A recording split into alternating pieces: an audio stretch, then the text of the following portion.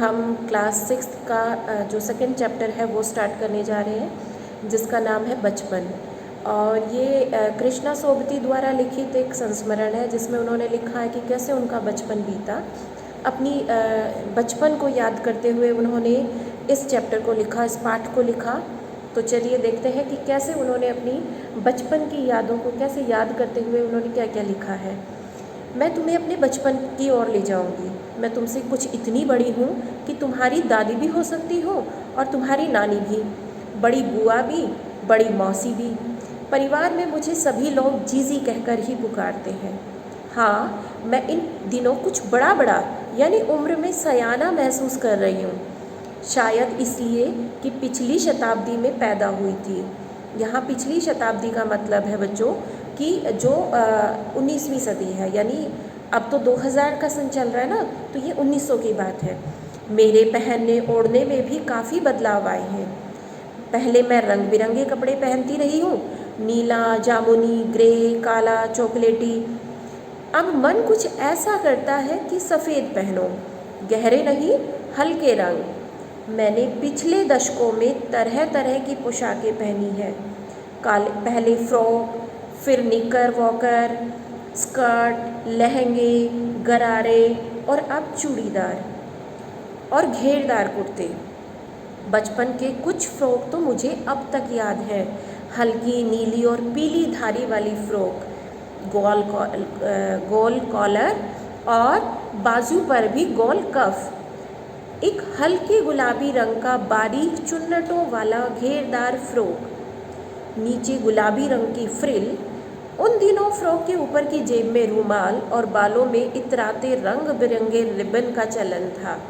देखो बच्चों, समय के साथ साथ जो है फैशन चेंज होते रहते हैं। तो ये कैसे कैसे कपड़े उस समय पहनती थी कृष्णा जी, वही सब उन्होंने अपनी बातें बताई हैं कि वो जो फ्रॉक पहनती थी पहले उसमें एक रुमाल लगाया जाता था और उसमें रंग बिरंगे रिबन्स जो है बालों में वो लगाए जाते थे। लेमन कलर का बड़े प्लेटों वाला गर्म फ्रॉक जिसके नीचे फर टंगी थी। 2 ट्यूनिक भी याद है, एक चॉकलेट रंग का और अंदर की कोटी प्याजी, दूसरा ग्रे और उसकी सफ़ेद कोटी उसके साथ। तो ये 2 ट्यूनिक भी उन्हें याद है जो उन्होंने पहने थे। आगे कहती है, मुझे अपने मोज़े और स्टॉकिंग से भी याद है। बचपन में हमें अपने मोज़े खुद धोने पड़ते थे।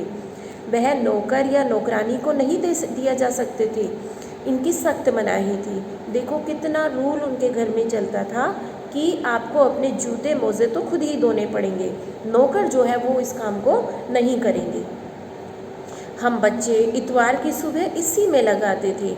धो लेने के बाद अपने अपने जूते पॉलिश करके चमकाते। जब जूते कपड़े या ब्रश से रगड़ते तो पॉलिश की चमक उभरने लगती। सर्वर, मुझे आज भी बोट पॉलिश करना अच्छा लगता है।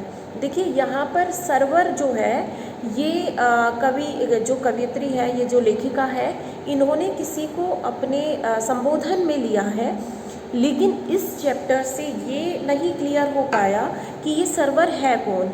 ये उनका कोई भाई है या उनका कोई नौकर है या किसको उन्होंने यहाँ पर संबोधित किया, ये इस पाठ से बिल्कुल भी क्लियर नहीं होता है। तो वो सर्वर को संबोधित करते हुए कहती है कि मुझे आज भी बूट पॉलिश करना अच्छा लगता है।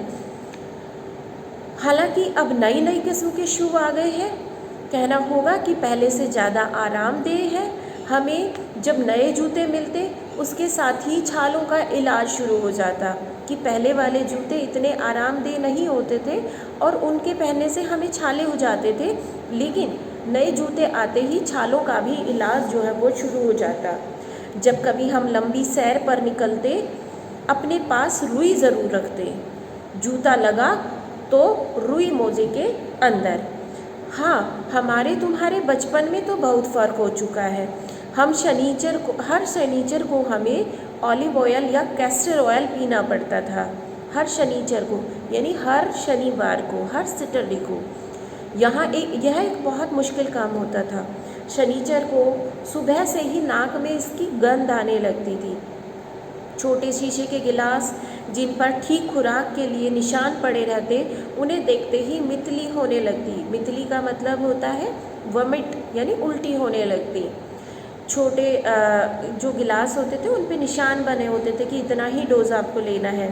मुझे आज भी लगता है कि अगर हम न भी पीते वह शनिचवारी दवा तो कुछ ज़्यादा बिगड़ने वाला नहीं था। इसका मतलब कि उससे कुछ बहुत ज़्यादा फ़ायदा हमें नहीं हुआ था। सेहत ठीक ही रहती है कि अभी भी अगर जैसे है, अगर हम वो नहीं पीते तो आज जैसे ही रहते, कोई ख़ास फ़र्क हमें नहीं होता। तुम्हें बताऊंगी कि हमारे समय और तुम्हारे समय में कितनी दूरियां हो चुकी हैं, कि समय जो है वो कितना बदल चुका है, कितना अंतर आ चुका है। यहाँ तक कि बचपन की दिलचस्पियाँ भी बदल गई हैं कि पहले जो हमारे शौक़ हुआ करते वो शौक़ भी अब बदल चुके हैं। याद रहे उन दिनों कुछ घरों में ग्रामोफोन थे, रेडियो और टेलीविज़न नहीं थे। कि आज तो आपको हर घर में रेडियो और टेलीविज़न देखने को मिलेंगे, पर उस समय ऐसा नहीं था।